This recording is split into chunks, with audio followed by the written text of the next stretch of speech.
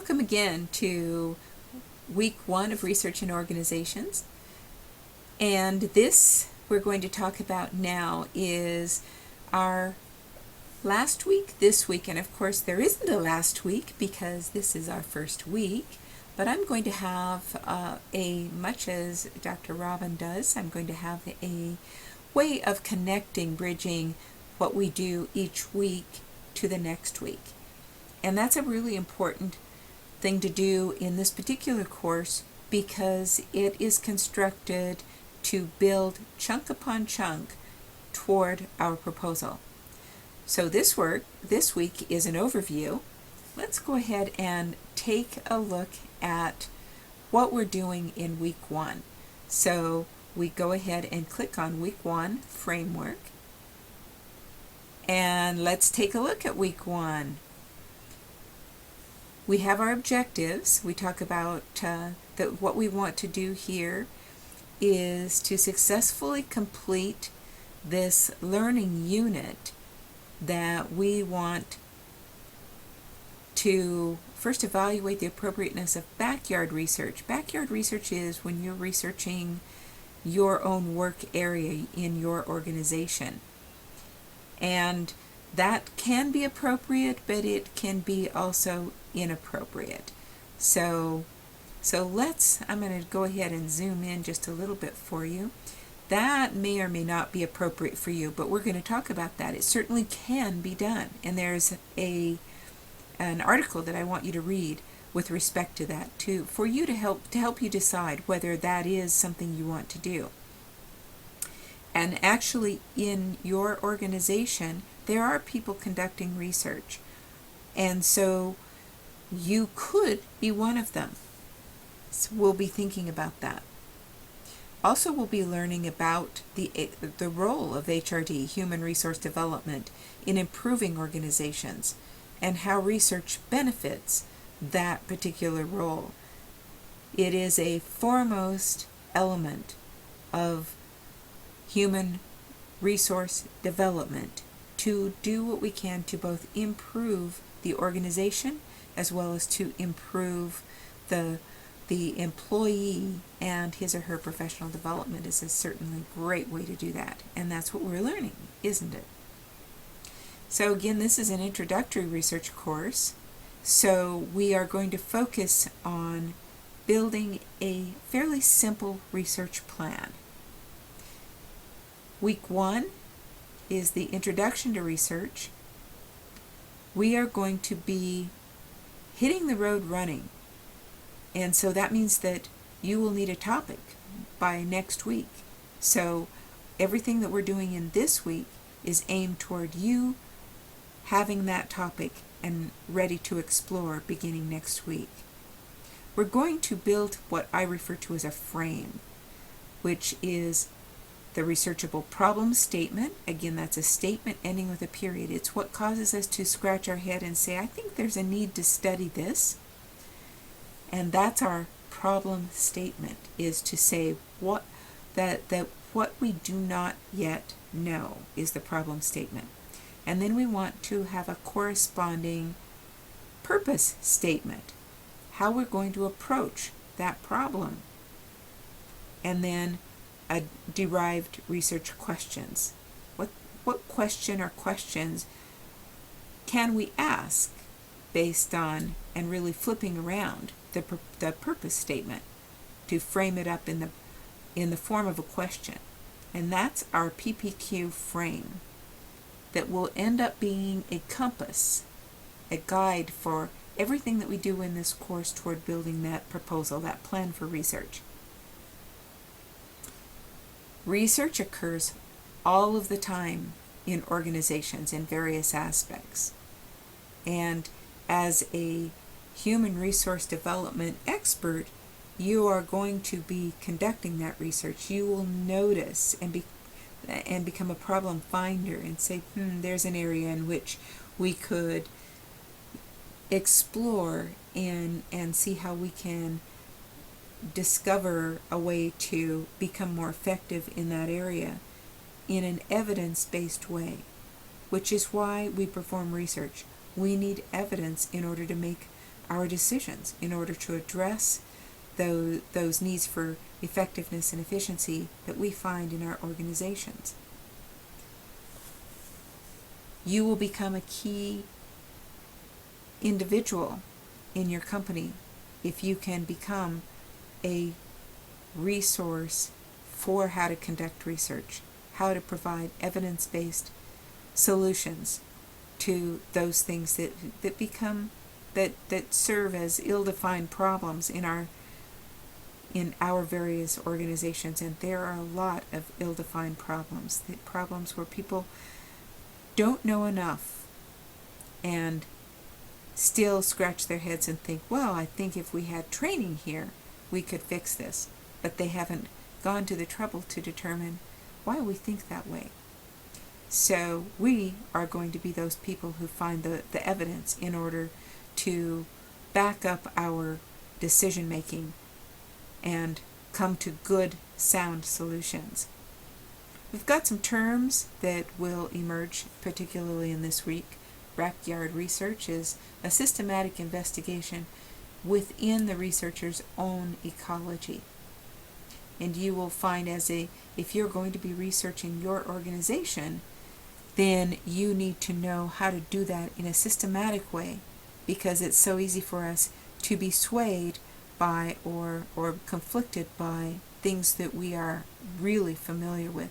We can even have a blind eye to things because we no longer actually see them because they're part of our ecology and we're so familiar with them.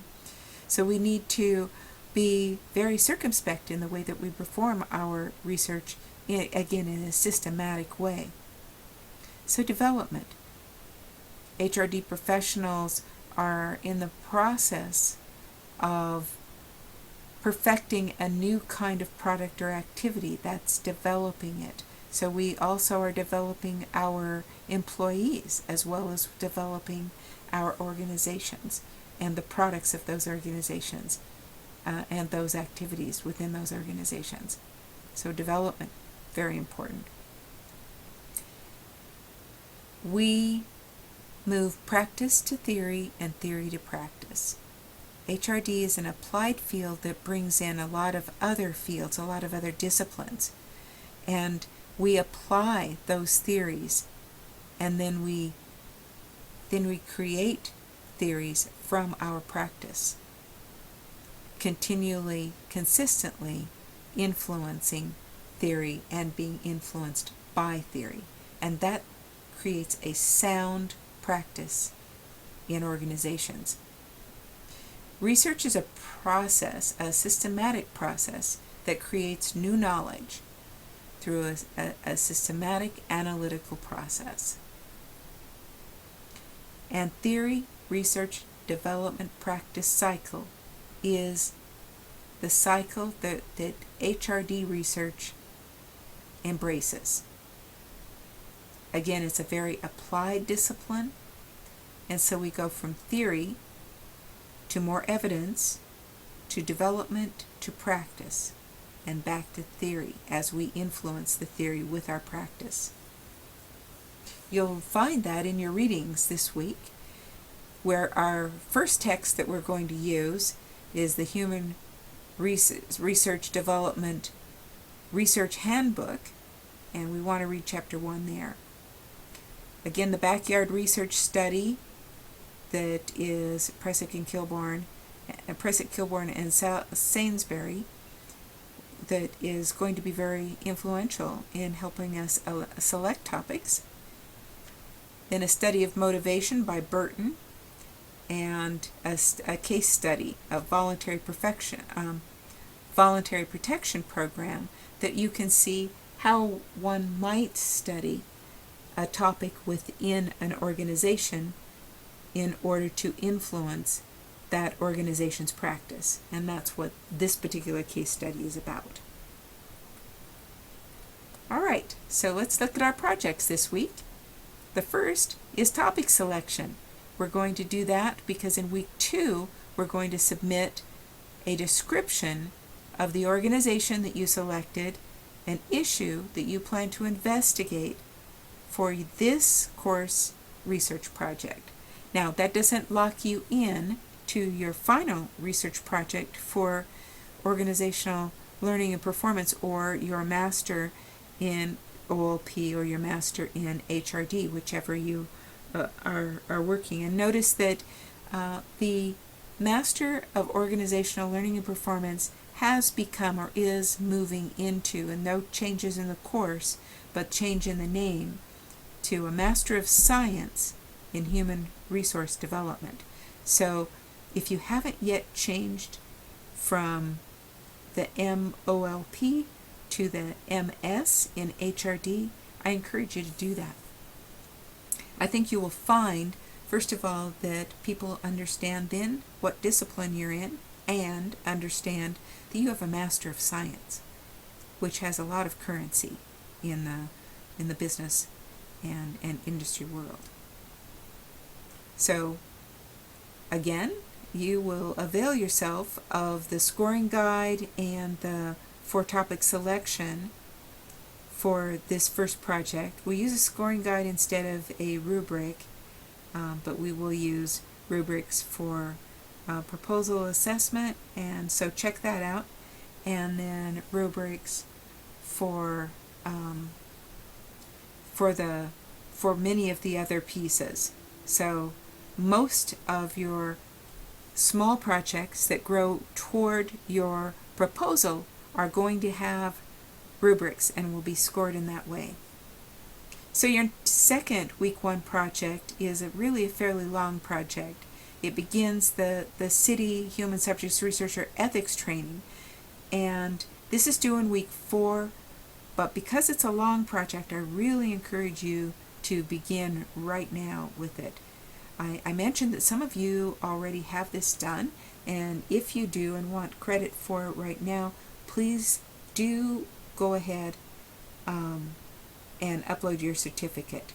Recognize that this is for the full city training, the behavioral city training, the behavioral research city training. This is not, you will not get credit for the refresher. It's the basic behavioral science training. There are a couple links, and if you, they're available. If they're not clickable in this PDF, then they are online. So do check it out and begin that city training. For our discussion forum, we have 2 topics. The first is comparative examples. So in a page, write and post a synopsis describing an example of a research-like activity that is in your workplace. So these are just a few of the possible research-like activities that you may find just going on every day in your organization. One might be an after-incident report. So if something happened and then a report, then an investigation of that incident is an example of research-like activity. Whether it's a full-blown research project, it certainly is research-like activity. Evidence gathering, evidence analysis. So that's a research-like activity. Another might be a program evaluation. You might be undergoing a full-blown analysis of the program in which you work. Or maybe you're conducting a training needs assessment or a job analysis, or someone in your organization is doing that. So in your synopsis, include your most interesting research-related discovery and a question that you have around that project. Post your synopsis information in the forum in your committee, and you'll be pretty much locked in to your committee. So, and I'm not sure if we made it so that, I think we've made it so you can look at but not contribute to those committees of others, if you choose to do so. And then the committee forum discussion, topic 2, is to compare 2 examples of HRD research in this week's articles. How are the research examples similar? How are they different? And what value might these studies offer for you in your organization, in your own research that you intend to do based on the the proposal or plan that you're building in this course. So what value might these studies, or maybe content-wise, what value might these research studies offer for you? And there are guidelines that are posted. So for this class, respond to 2 classmates who took a position similar to yours and then argue the opposite point of view. So even though you hold the same point of view, I want you to get into to become familiar with taking another stance, whether it's opposite or different, taking another stance so that you can see the benefit of other points of view. Okay, so then there's a discussion participation rubric available for you, and that gets us started. That's week 1. Next week we will have a last week this week that connects week 1 with week 2. So we're off and running. Looking forward to a great week with you.